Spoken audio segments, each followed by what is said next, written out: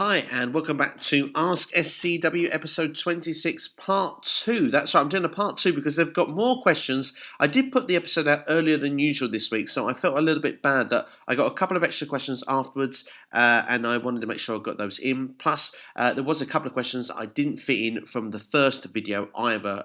Time kind of got on top of me, so I wanted to make sure I got this second video in for you just to take care of those few questions. So all the questions were out for Ask SCW this week, and nothing was left out.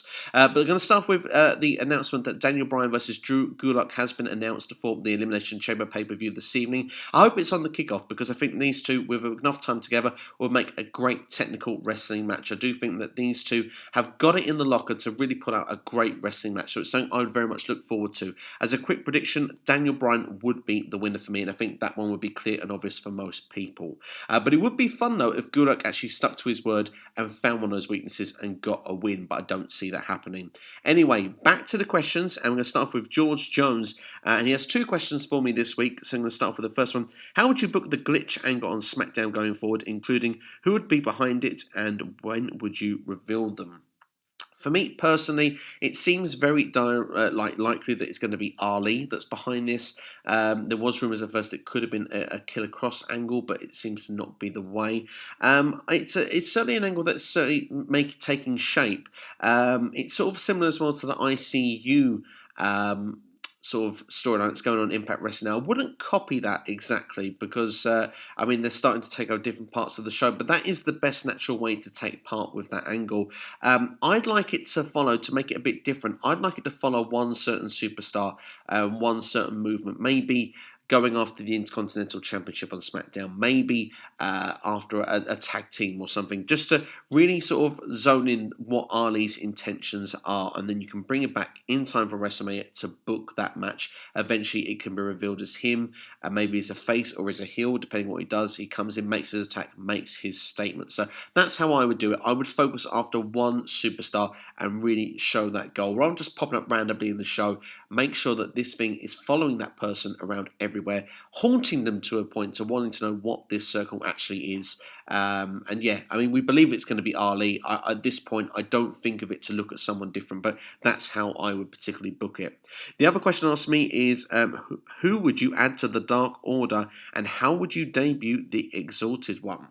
Well, of course, the rumours are that Matt Hardy is going to be that person, but again, I would use a different superstar to do it. I like, actually, what they were doing with Christopher Daniels. And even though Chris Daniels has now kind of proven that he's not on side, I would love to see Dark Order continue to tease that actually Daniels is someone that they want as part of Dark Order. But not only do they want him as part of it, damn it, he is the Exalted One, and actually frame him as that person. Really make SCU feel like they cannot trust Daniels anymore, almost to the point that relationship is completely frayed. Even though he goes to their defense, they don't want it. They seem a little bit uneasy, unnervous about it. And when it comes to the point where they sort of go to Daniels as being the Exalted One, Daniels, of course, again can do an attack again, but then under perhaps some sort of mask, as the Dark Order would be. Perhaps it has to be in a much more darker way, and not just a mask like the members do. There has to be something that makes this person stand out. Maybe when Matt Hardy comes in, he comes in a different way. The attack then happens on Chris Daniels because we learn it's not him,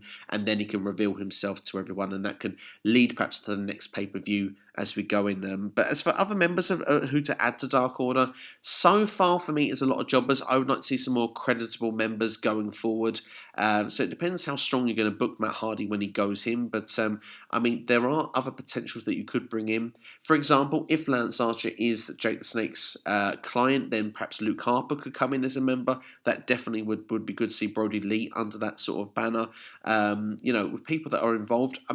You could almost do like a right to censor kind of gimmick, like you had it back in the Attitude Era, and takes people that perhaps not that sort of character, but actually really sort of have them brainwashed so they're completely different. Maybe someone like a Sonya Kiss, people that are not getting TV time, a Joey Janela. Could you imagine those sort of characters completely abandoning their current gimmicks and being just this mask, just this person that's under a mask that has no personality whatsoever. I think that would be quite interesting to see. But I would like to know everyone's opinions on this. Who would you like to see, involved with Dark Order going forward? Like I say, Matt Hardy, if he is, I think Brody Lee would be a top choice. But I would like to see some gimmick changes, someone to actually change their identity to go into Dark Order. But I'd like to know who people think that would be a good candidate to be.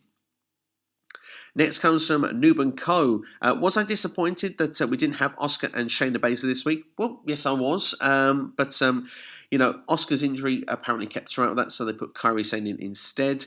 Is the injury storyline based, or is it for a title match at WrestleMania? For me, I don't actually know the answer to that, so I'm not going to pretend to know. I do actually avoid the dirt sheets more than I used to at the moment. I try because it's WrestleMania season and a lot of stuff gets leaked, I'm trying not to go on so much. Of course, I see things still. I go on Twitter. I do go on my sources at No DQ, Ringside News, and Wrestling Inc. and look at this stuff and see some of the stories that come on there. But I haven't seen anything based on this one. I have popped on there, so I don't actually know the answer if it's storyline based or not. But as far as I'm aware, on the day of the Chamber, she's in the Chamber match. So maybe she took a little knock last week and she'll be fine for this Chamber match. I think that providing she's still in the Chamber come when we get to Elimination Chamber, I don't think it'll be an issue, and I think that her WrestleMania match will be billed from that point onwards. And at the moment, I believe it will be the Women's Tag Team Championships that will be defended.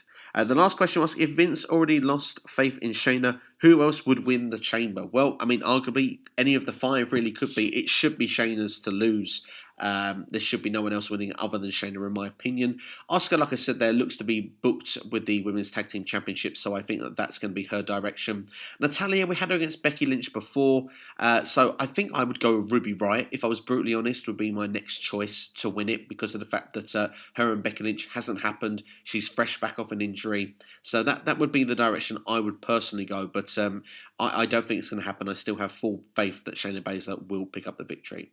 So those are my add-on questions there for you, which I didn't get a chance to record earlier. I've also given my prediction for Daniel Bryan and Drew Gulak. If you want to know the rest of my predictions for Elimination Chamber, you can check that out on the channel right now. Sorry this one doesn't feature me face, but sometimes that might be an improvement depending on how you look at things. But yeah, I hope you enjoyed the video anyway, and I'll see you next time here on YouTube. Take care, and all the best. Like, share, and subscribe.